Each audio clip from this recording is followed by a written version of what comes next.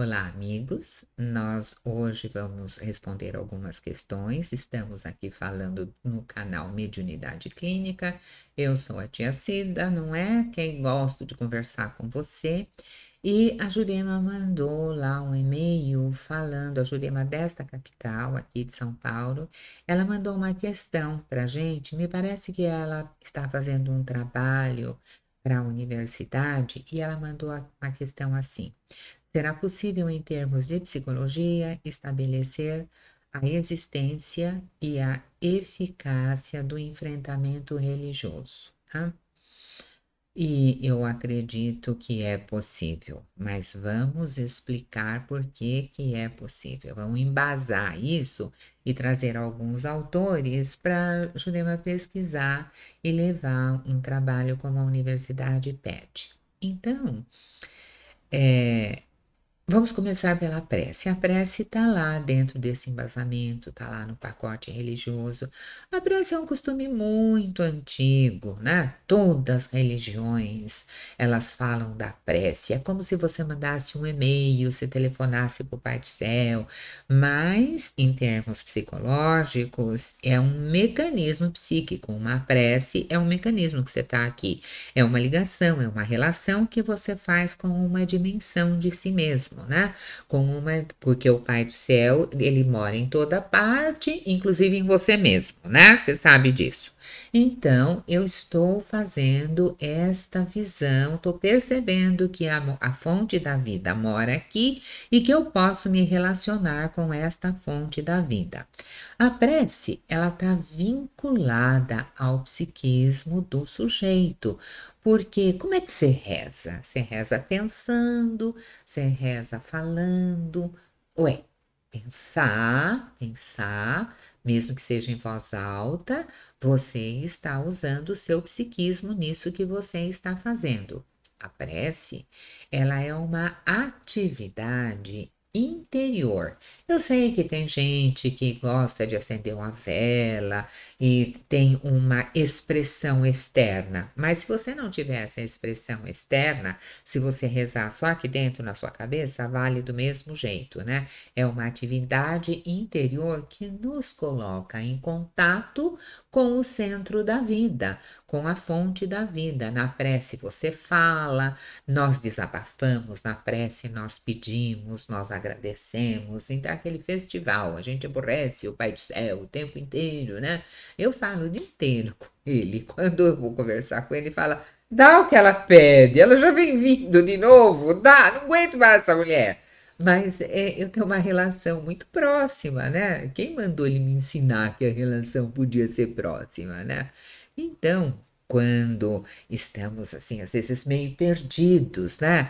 Nós nos voltamos para dentro. Então, você vai lá no fundo de você e você fala: ai, meu Deus, me ajuda. Esse voltar-se para dentro. Você fala, é uma força de expressão, porque de verdade você não precisa nem falar, você está sentindo aquela presença lá.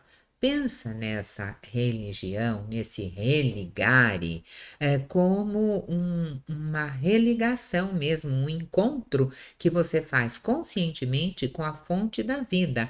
Eu não estou falando de uma instituição religiosa, de catolicismo, de espiritismo, de ismo, qualquer ismo, tá? Eu estou falando desse encontro íntimo que você tem com a divindade dentro de você.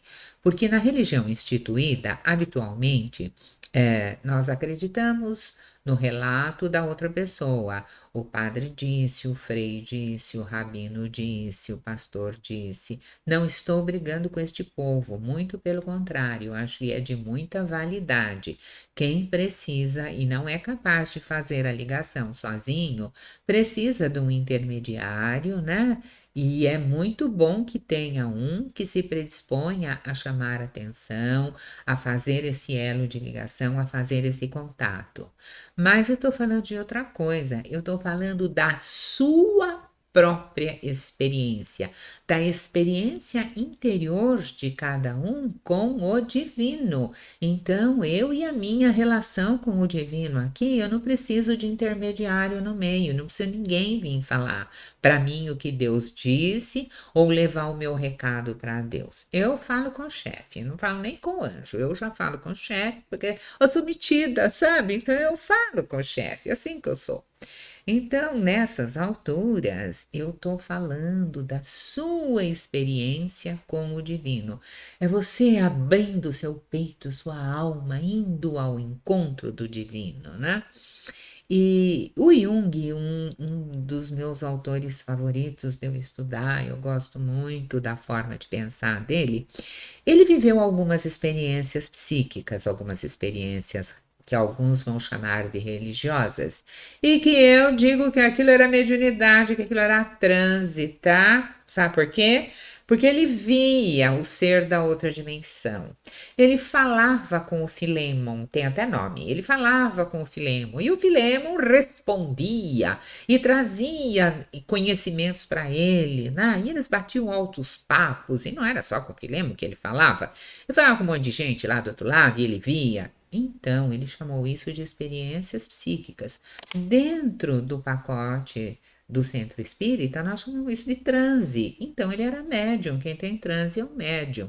Aparecida, mas você não tem receio de falar isso no ar e levar umas pedradas? Eu não. Eu não tenho, é o que eu acredito, né? Sabe, você quando tem 76 anos, você não tem mais receio de nada. Você tem as suas verdades, as suas certezas, o seu sabe, suas crenças. E eu aprendi que isto é o meu universo e que eu tenho que preservar o meu universo. E é isso que eu ensino, preserva o seu, eu preservo o meu, você preserva o seu. Porque se você abrir mão da sua crença, meu amor, logo já tem um ditando as deles aí dentro da sua cabeça, sabe? E para entrar aqui na minha cabeça tem que passar pelo crivo, né? Então, ele conta, o Jung conta, que lá nessas experiências psíquicas, não era transe, eram as experiências psíquicas, ele trouxe muito material que embasou toda a obra dele depois. Ele foi escrever em cima daquele material que ele tinha colhido durante as experiências psíquicas. Tá bom para você? E você entendeu por que que a gente não estuda Jung dentro da universidade? Quando você quer, você vai fazer formação fora, você vai buscar conhecimento fora, porque na universidade não tem? Porque aí na universidade não estuda isso, né? Então, não estuda, não estuda. Eu não fico só com aquilo que eles disseram, eu vou naquilo que me faz sentido. E lá o Jung não falou da prece em si, nesses livros que eu estou citando, mas ele fala da religiosidade, ele fala de psicologia e religião, né? E em Aion ele vai falar do self, ele vai falar da divindade. Então, e eu estou citando isso porque a moça está fazendo um trabalho e eu acho que vale como indicação bibliográfica, né? E ele faz a aproximação entre religião e psicologia e ele faz o aprofundamento disso. E nós hoje aqui vamos buscando a área da saúde, o estudo da fé, a experiência religiosa, a prece, a gente vai olhando no que nisso ajuda ao bem-estar, à saúde da pessoa, né? Tudo isso vai sendo elaborado e outros pesquisadores de outras terras, de outros países, eles vão fazer essa mesma pesquisa. Então, eu trouxe também o livro do Koine, que é Medicina, Religião e Saúde. Ele tem 40 livros publicados. No Brasil só tem esse que eu conheça, né, e que eu tenha. Mas ele tem mais de 300 artigos publicados sobre o tema. Ele é psiquiatra, ele trabalha, ele pesquisa, ele faz os estudos dele na Carolina do Norte, né? Na universidade, e eu acho muito, muito interessante. Ah, Aparecida, mas você vem falar de prece, você está falando dos livros dos psiquiatras? É, Trabalho é uma prece. A maior prece que você pode fazer é a do trabalho. Não adianta nada você ficar com o terço na mão o dia inteiro e não ajudar a si mesmo, ao seu próprio desenvolvimento, à sua comunidade. Então, para mim, a prece primeira é a do trabalho. Desconta que meu ascendente é em Capricórnio, né? E segue em frente. Então, quando você fala da prece, você vai pensar numa forma de linguagem de fé. Você vai falar de prece, você vai falar de um ato de transcendência, você vai falar da experimentação, da experiência da presença divina aqui. Então, você está integrando a dimensão espiritual no ser. O ser não é assim só o cabelo, só os olhos, só a pele. Não é isso. Ele tem uma dimensão física, uma dimensão psíquica e uma dimensão espiritual. Então a gente está olhando para isso, né?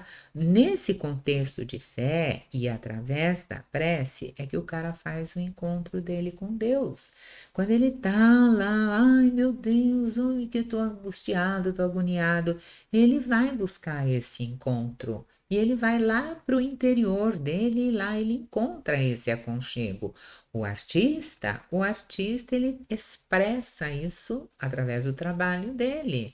Olha lá o trabalho de novo como uma prece, né? No meu entender.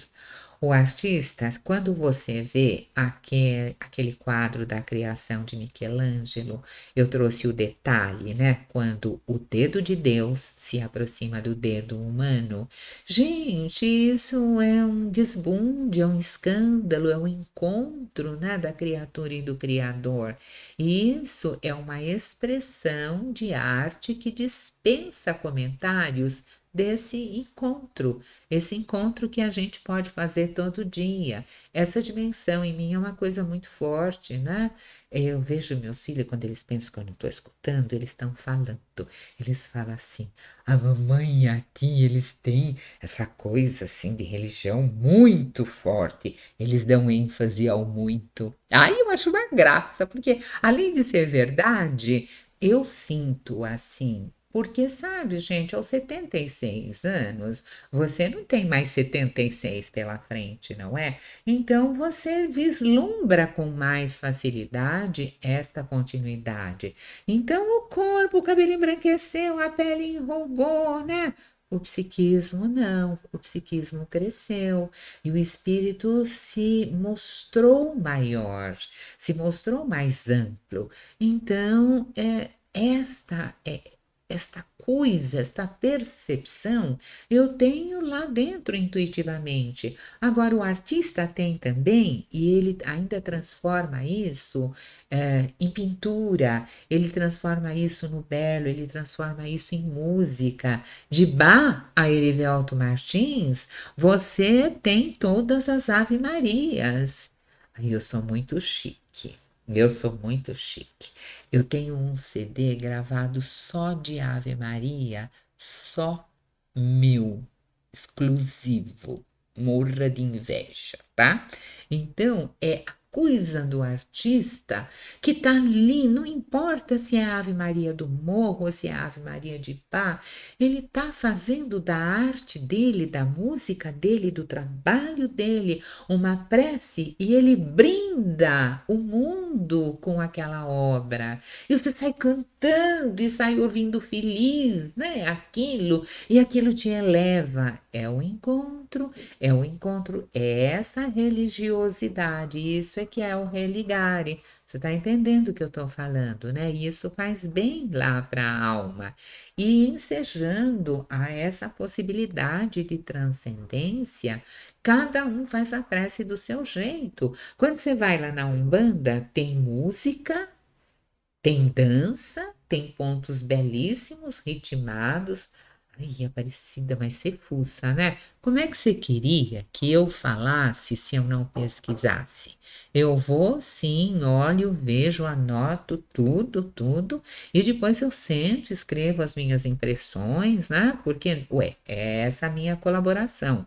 Então, a pessoa lá, do jeito dela, ela está experimentando a possibilidade de vida plena, porque ela está trazendo essa dimensão arquetípica do espírito tudo para este momento. Ela está integrando tudo, uma possibilidade de vida autêntica. Ela está experimentando o ser que ela é e ela está experimentando a presença de Deus dentro do pacote da divindade que ela tem.